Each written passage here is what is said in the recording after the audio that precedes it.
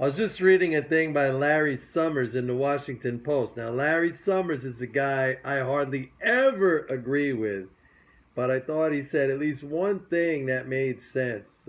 Most of what he was writing, he was talking about now what? Brexit, what is the effect going to be? And a lot of what he was talking about was this, the uncertainty effect. Okay, that's really, you know, nobody else could really put their finger on anything else.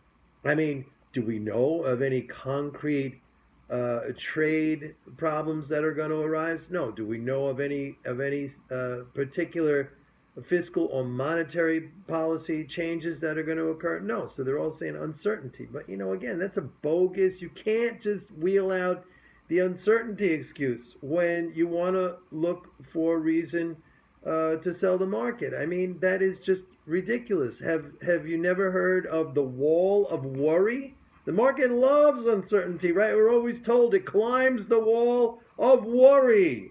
You're not going to get much of a bigger worry than this, unfortunately, because it's not even really a worry.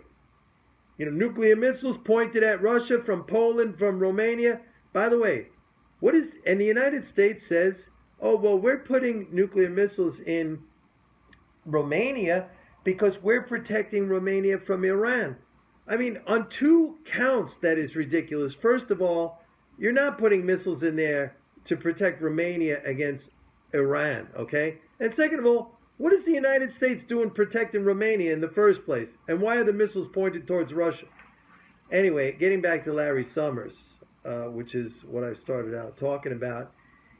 After the whole uncertainty spiel that he had in there, he did say something that made sense. He said, now's the time for governments to be thinking about fiscal policy to keep things on an even keel. It's not the time to be thinking about austerity. He's absolutely right. It's all about fiscal policy. It has never been about monetary policy. But we've thrown everything at the central banks because governments and legislatures, they did not want to have the responsibility, and they're captured by this crazy belief system about debt and deficits. Okay, so Summers says, hey, you got to use fiscal policy. Now's the time. Come on, everybody. He's right. Summers is right.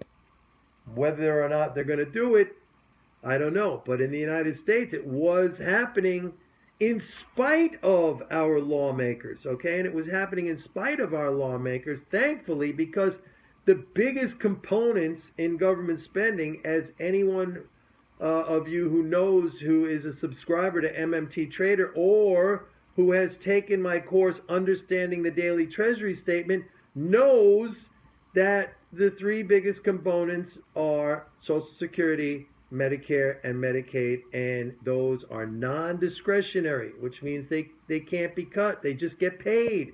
And the rolls of recipients of Social Security and Medicare and Medicaid have been growing at the rate of 10,000 a day because the baby boomers have been talking about that.